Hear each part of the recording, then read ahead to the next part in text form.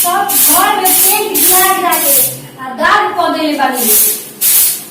मत तो बहारलस ना छूटे धोवनी के पड़ी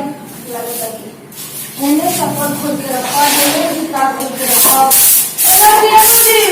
आए का करत लू झाड़ू लगाओ तनी नहीं खा देखो और सोनी फुआ आई बड़ी कहां आई गई वो होने बड़ी तो उन्हें टूल लेने को बैठा दो हम आओ तनी घर में झाड़ू लगा के। ठीक बा जल्दी आई हो। ठीक बा टूल पे बैठावा तनी हम। ठीक बा अब छोड़ा तू आ पाई तो पहले बतियाइए लेकिन बाद में आके छोड़िए हमारे तू कहां गइल हो तारा काटे लेके जा तनी तू ना बैठबू। हां ले चल हां आओ प्रणाम दीदी। प्रणाम का चिंते नहीं कितना काम है दीदी रहता है ना झाड़ू लगाओ तो नहीं होता पर बबुआ जान कहानी है कि सोनी फुआ आई बड़ी चलो कभी से मैं के इंतजार कर रही थी अब आवेली वो आवेली इतना बढ़ता है घर पर बाहर आते नहीं है ना तो तब तो छोड़ के आ गई कहानी है कि पहले बात कर ली ओकरा बाद झाड़ू लगाई। और सब बताओ अब सब ठीक बा अपन बताई। हाँ सब समाचार ठीक बा सब ले हमारे सखी सन के तो शादी बोले तू ही बाड़ू गाँव के मायके के साथ मतलब आवेली तरफ कबो कबो तरह से भेंट हो जाला। हां हाँ यही कर रोज रोज आओ ट्रेन हमरो मन लागे लागो आवेली। हाँ कुछ दिन भइल हमरा नहीं रही अब एक घड़ी तो नहीं है कुछ दिन भइल सुनिए चलते तरह तनी भेंट कर ली। जीजा जी का करेली दीदी कमानी मुझे सरकारी नौकरी बा बाहर में। हाँ अभी मुझे बारी छुट्टी में हमारे बनी घर है तो सोचनी है तरह से मिली। ठीक है कर लिया आज अभी कितना दिन रह के बैठ अभी रहे को 5-6 दिन 5-6 दिन रह के आ जाए। हाँ बिल्कुल आ जाए जब टाइम मिली तब आ जाए हम। बबुआ नहीं खिका ना बाबू भी अभी घर ही बा हम लेके नहीं खियाई। अच्छा हाँ। ले कहती तो तनी देख लेती। ठीक बात देख ले तू बताओ का खाद पेट बढ़ू जितना चिकना गेल बढ़ू इतना चिकना गल बनी जान तनी सेहत तो ध्यान देले बनी। तू देखो तनी ना पहले तो फिट फाइन हो गई बढ़ू गाँव। हाँ तनी ध्यान देले बनी जान तनी दीदी हमारा घर के नु रूटीन हो गल बाटे सब लोग सुबह सुबह उठ के कहा चम्मच चुपरास खा लेनी लोग आ तो पानी पी लेनी लोग ओकरा बाद नाश्ता पानी होला चाय नाश्ता होला जान तनी दीदी चुपरास नु खूब फायदा करेला। ए तो गर्मी में चोपरास ना खाई गेला वो गर्मी करला दुनिया भर का अब तो अपने गर्मी मौसम होता तू चोपरास खातर गर्मी के दिन में तब फायदा करेला गर्मी के दिन में तो का करती सन वैसे खा ले गर्मी में फायदा करी और गर्मी तर बढ़ा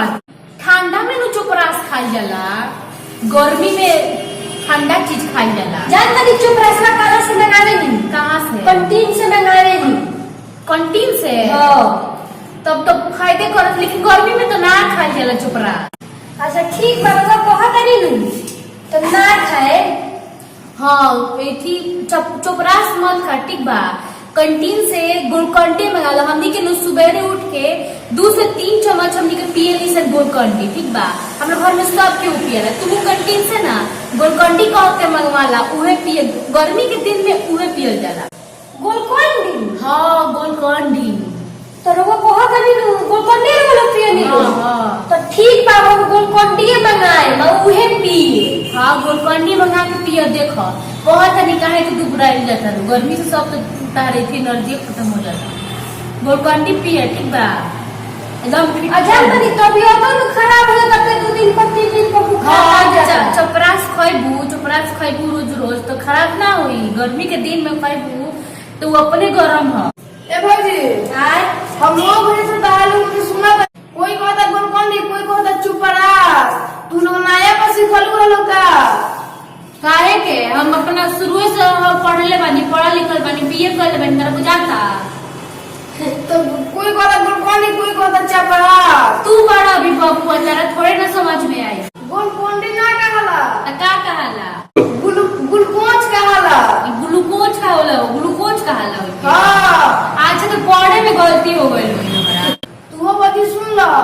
चुपरास ना कहला चंपरास कहला उहे तो हम कहत रहने कि चुपरास तू काहे कहत रहो हम कोई कोनो नया है कुछ होई। अच्छा चलो सिखा देला तो ठीक है कइलो हां ना तो कहीं जाएगी बाहर घर चंपरास के चुपरास कहती तो लोग हमारे इंसल्ट दिए कोई। हां मरबो करतम सब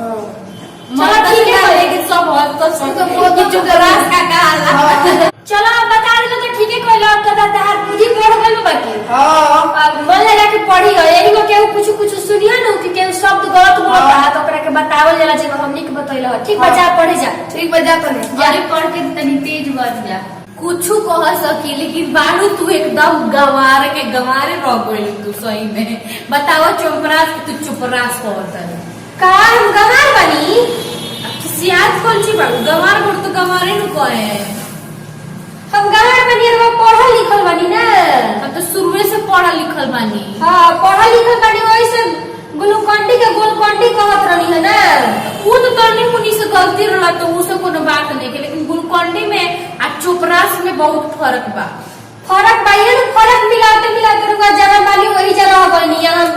गवारे होकर देखली हम कोठा में रहत नहीं और फर्क मिलाते वस्ते खपड़ौले रह अच्छा ठीक बा हम खपड़ौले में ठीक बानी तू ही कोठा में रह तब बड़ले बानी कोठा में तो तू लागतो बारू वही गनिया का वही गनिया का कोठा लायक नहीं खी हम ना तू बारू तू कोठे लायक बारू तू अच्छा लागत रुए में ठीक बा हमर खपड़ाइए ठीक बा तो कोठा वाली बानी तो कोठा वाली ना करी रवा कितना जल्दी होश देलिए कि तू बारू गवार तो बारू ना चुपरास करते तो गवार नहीं तू और वो तो ग्लूकोंडी के का कहत रहनी हो रहो ग्लूकोज ग्लूकोंडी कहत रहनी तू कलेली से हो गइल हटे तो हम कह दिए चलो और कुछ पूछ के देखा ना हम सब बता दे ठीक बात तो देख लिया हम करे गवार बानी तो का हो लेकिन कोठा वाली बानी नु ठीक है बात तू कोठे वाली रह हम तुम्हारे खातिर खोपड़ाइए ले हम ठीक बानी खोपड़ाइले वाली हम बहुत जिंदगी भर लोग के होश में फर्क मिलाएं तो पहियो कोठा में रहे के ना मिली हमें रहू के नहीं थे कोठा में काहे ए बाजी आय जानो तो तू क्या कहली हो का कहली हो कोठा ली तो ठीक है ना कोठा वाली कहत रही तो कोठा ली के करा कहला जानो तू ना जेकरा घर बड़का रहेला कोठा नियन मकान रहेला ओकरे के तो कोठा वाली कहल जाला कोठा ली कहला नचनिया के का नचनिया के कहला कोठा ली ई हमरा के नचनिया कहत रही हां हम कहते नहीं कि तू ही कहत लोग हम बड़का कोठा वाली है कोठा वाली है हमारा खपड़ैया बता कोठा बा ई का कहत रही तो ठीक है बाड़ी कहो तू हमरा के कोठा वाली मने नचनिया हमरा के तू समझत रहू तेरा के समझत नहीं कि ठीक बा तू ही कहलू तो हम कहनी हो कि तू ही कोठा वाली रह हम खपड़ैया वाली अब एगो बात समझ इज्जत पानी बचा के जैसे चल जा आ ना तो तहार इज्जत पानी सब उतार दे अच्छा रहेगा पर इज्जत पानी तुरवा में नहीं खेल तू ही कहलू कोठा वाली हो तो हम कहनी हम खबर जल्दी चले बसे बच्चा हम ना आए तारे घर बताई हो काहे ला कोठा वाली घर वाली तू कोठे वाली हो जाई ए बग्गा जी रवा इतना जल्दी चालाक कैसे हो गई नहीं हो इना कही कि ठीक है करता नहीं सकी रवा के पढ़ावा तनी से लिखावा तनी से तो बोले हमरा के का कोई हां जान तू हम जा रहे नु अगर हमरा गलती बुझाई तो ना के तरह से कहबे करे हम बुझाई ला गलती कोठा ली कहली तो कोठा ली नचनिया कहला ता के तरह से कहनी है नु हां यही में मन लगा के पढ़ी आ सब जानी हो कि कौन चीज के का कहाला ठीक बा जा ठीक बा नमस्कार प्रणाम हम प्रीति राज यहाँ के सोनी पांडे ई लाल बाबू नमस्कार प्रणाम हमर देवर नमस्कार हम सोनी पांडे रोल लेकिन देखनी है लेकिन दुनिया में कितना बिहड़ झगड़ा भइला ज्यादा छोटा ना भइला लेकिन वाता बतौल भइला ऐसे कि थोड़ा सा गलत फहमी की वजह से और कोनो बात आदमी ना जान पावेला या फिर तनी सा मतलब बात खातिर लोग झगड़ा करे लागेला अगर हई पढ़ल लिखल ना रहतन तो झगड़ा नहीं सलटल रही हमने के चुपरास और गोलकोंडी कहती शायद पता नहीं यही से तइन करा के पढ़ाओ तनी पढ़ा के बड़का आदमी बनाएन कि जौन भी हमरा ना आई हमरा के समझाई है तो अगर वीडियो अच्छा लगो तो लाइक करी सब्सक्राइब करी और अच्छा वीडियो जल्दी रो लगिन लेके पहुंचो और सबसे पहले रो देख सकी तो जरूर से जरूर चैनल के सब्सक्राइब करी और लाइक करी कमेंट भी करी और रोज चाहते रही जैसा वीडियो आओ वैसा वीडियो भी कमेंट करके बताएं कि ऐसा वीडियो रो लोगिन लाई लोगिन और बेल आइकन भी दबाएं जरूर। घर वालों को कोनो सुझाव दे के होके वालों को कहानी घर वालों के लगे होके अच्छा तो हमनी के लगे देम लो हमनी के बहुत सारा कलाकार बनी सन एगो दूगो तीनगो आदमी नहीं सन बहुत सारा कलाकार बनी सन और वालों के जौन भी अच्छा कहानी होके हमनी के व्हाट्सएप पर सेंड कर देम लो हमनी के वो कहानी पर वीडियो बनाए सन और वालों के लगे पहुँचाए एगो विशेष सूचना, हमार चैनल बाटे प्रीति राज कॉमेडी प्लस, ओहू पर ऐसा ही पारिवारिक वीडियो छूटेला। ओकरो ओहू चैनल के सब्सक्राइब करम लो, लाइक करम लो, और वीडियो को शेयर करम लो, और सब्सक्राइब करना मत भूलम लो। अगर ही वालों के वीडियो अच्छा लागल होखे तो हमनी के चैनल के सब्सक्राइब करेम, वीडियो को लाइक करेम, शेयर ओवरलोड करेम, और कमेंट बॉक्स में लिख के बताएम लो जौन भी गलती भल हुई अगला वीडियो में सुधारे के प्रयास रही है। बेल आइकन के घंटा दबा देम लो ताकि जौन भी वीडियो अपलोड हुई सबसे पहले रउआ लोग के लगे जाई। अब इतने बात तक ले लेता नहीं सब विदाई, फिर से मिलम से अगला वीडियो में। तब तक के लिए जय हिंद, जय भारत, जय बिहार।